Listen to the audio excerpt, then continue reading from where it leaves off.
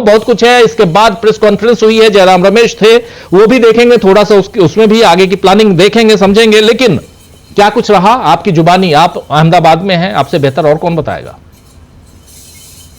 जी राजीव जी, आपने दोनों के भाषण के जो प्रमुख अंश हैं वो सुना दिए, लेकिन कुछ बातें हम और बताना चाहेंगे।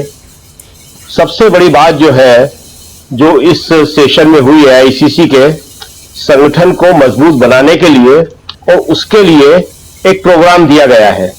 बिल्कुल लास्ट में ये जो है अनाउंसमेंट किया केसी वेणुगोपाल ने कि 15 अप्रैल तक जिला अध्यक्षों की नियुक्तियों का काम शुरू हो जाएगा। हर प्रदेश अध्यक्ष को कहा गया है कि वो 15 अप्रैल से इस काम को करना शुरू कर दे और उसके बाद जिला अध्यक्षों का पहला सम्मेलन गुजरात में कांग्रेस करने जा रही है राज्यवार। इस राज्य के सम्मेलन में उन्होंने कहा कि सोनिया गांधी भी आएंगी, राहुल गांधी भी आएंगे और कांग्रेस अध्यक्ष खड़गे जी तो आएंगे ही आएंगे। ये एक बहुत ही महत्वपूर्ण निर्णय है। इसके बारे में कई दिनों से चर्चाएं थी। राहुल गांधी ने यहां पे 3 दिन तक जिला अध्यक्षों का सम्मेलन किया। आज ये भी फैसला हुआ कि जो टिकट है उसमें भी जिला अध्यक्षों को पावर दिए जाएंगे। हालांकि ये पावर पहले से थे, बिना डीसीसी के मंजूरी के किसी भी कैंडिडेट पर विचार नहीं होता था, लेकिन कई बार इसको राहुल गांधी खुद कहते हैं कि पैराशूट कैंडिडेट उतर जाते थे। अब राहुल गांधी का कहना है कि इसमें डीसीसी को बहुत ही महत्वपूर्ण रूप से जोड़ा जाए।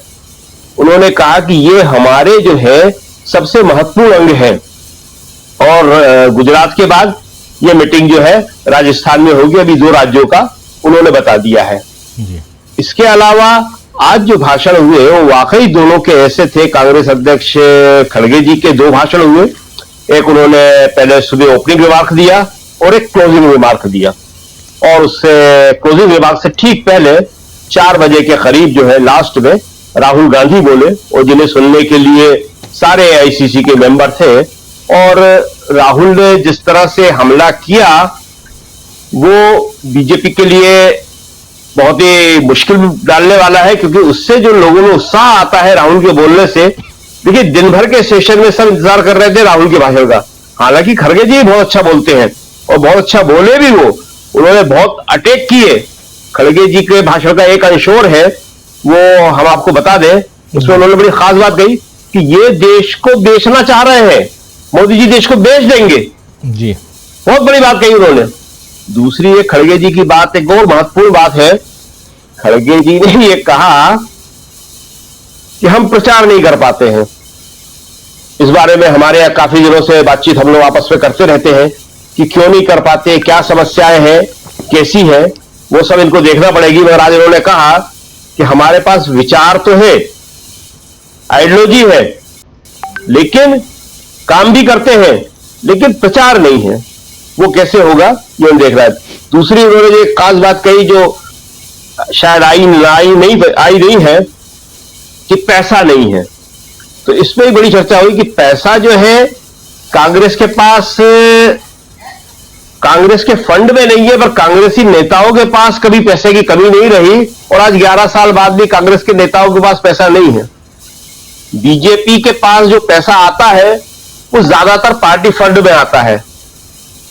उसके पैसे का नेताओं के पास इधर उधर जाना थोड़ा मुश्किल होता है। और कांग्रेस में जो पैसा आता है वो नेताओं के पास जाता है, पार्टी फंड में जाना थोड़ा मुश्किल होता है। तो ये 2 बातें उन्होंने कही। एक प्रचार की, कांग्रेस प्रचार क्यों नहीं कर पाती है, ये कांग्रेस को सोचना पड़ेगा, देखना पड़ेगा कि किस तरह से उसका प्रचार तंत्र है, किस तरह से वो असफल है, क्यों असफल है।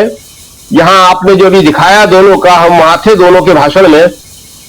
खड़गे जी के 2 भाषण हुए, राहुल का 1 भाषण हुआ, और इतना भाषण शायद ही किसी ने दिखाया हो, शायद क्या दिखाया ही नहीं होगा।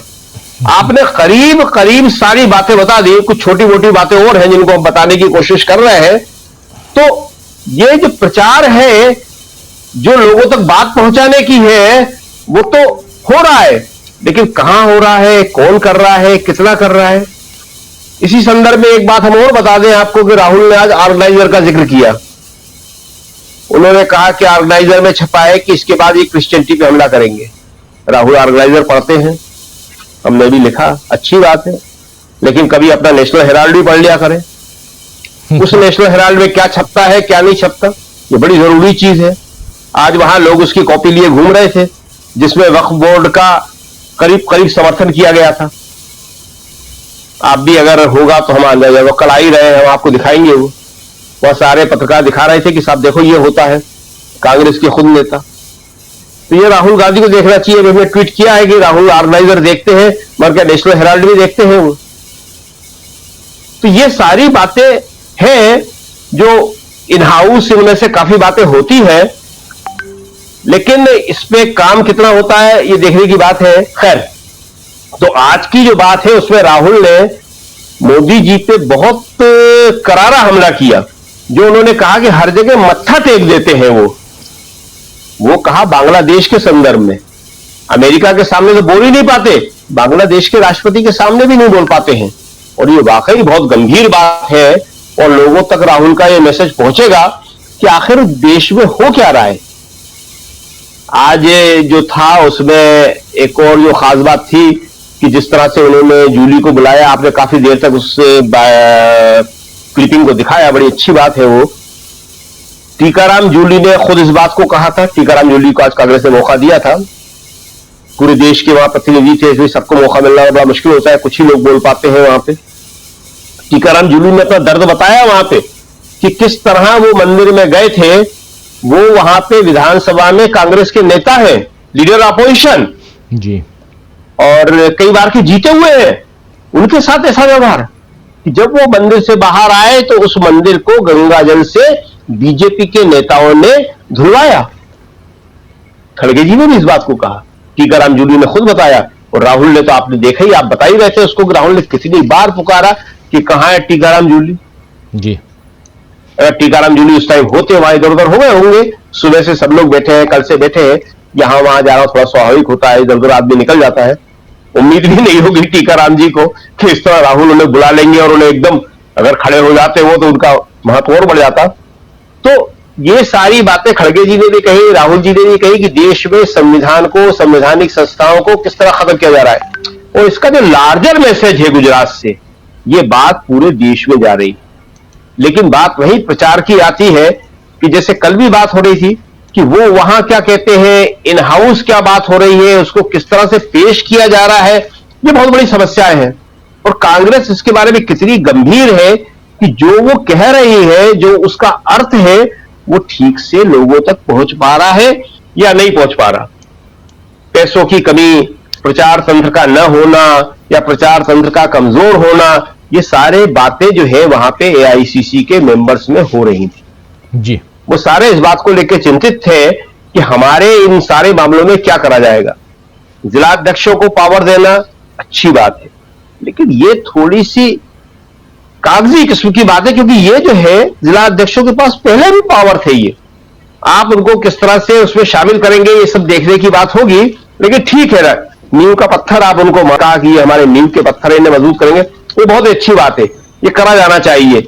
लेकिन इसके साथ ही जो परिवर्तन है, जो चेंजेस है, किन लोगों को आगे लाना है, उस सब पर भी यहां विचार होना चाहिए। और शायद वो आगे होगा, क्योंकि अभी बिहार के चुनाव तक कांग्रेस के पास काफी टाइम है।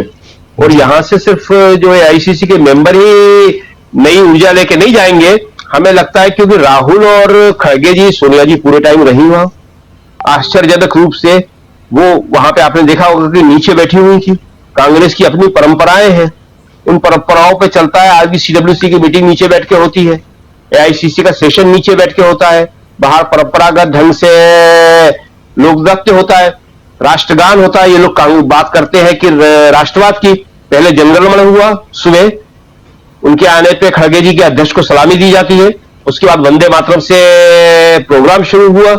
ये सारी की सारी जो गतिविधियां होती है, इनका प्रचार नहीं होगा तो कैसे मालूम पड़ेगा कि कांग्रेस का कोई प्रोग्राम आज तक बिना राष्ट्रगान के, जनगणमन से या वंदे मातरम से कभी होता ही नहीं है। लेकिन इसको हमें नहीं लगता अभी कोई भी अखबार लिख देगा, कोई भी बीजेपी का नेता बोल देगा कि सब कांग्रेस में ये सब कहां है।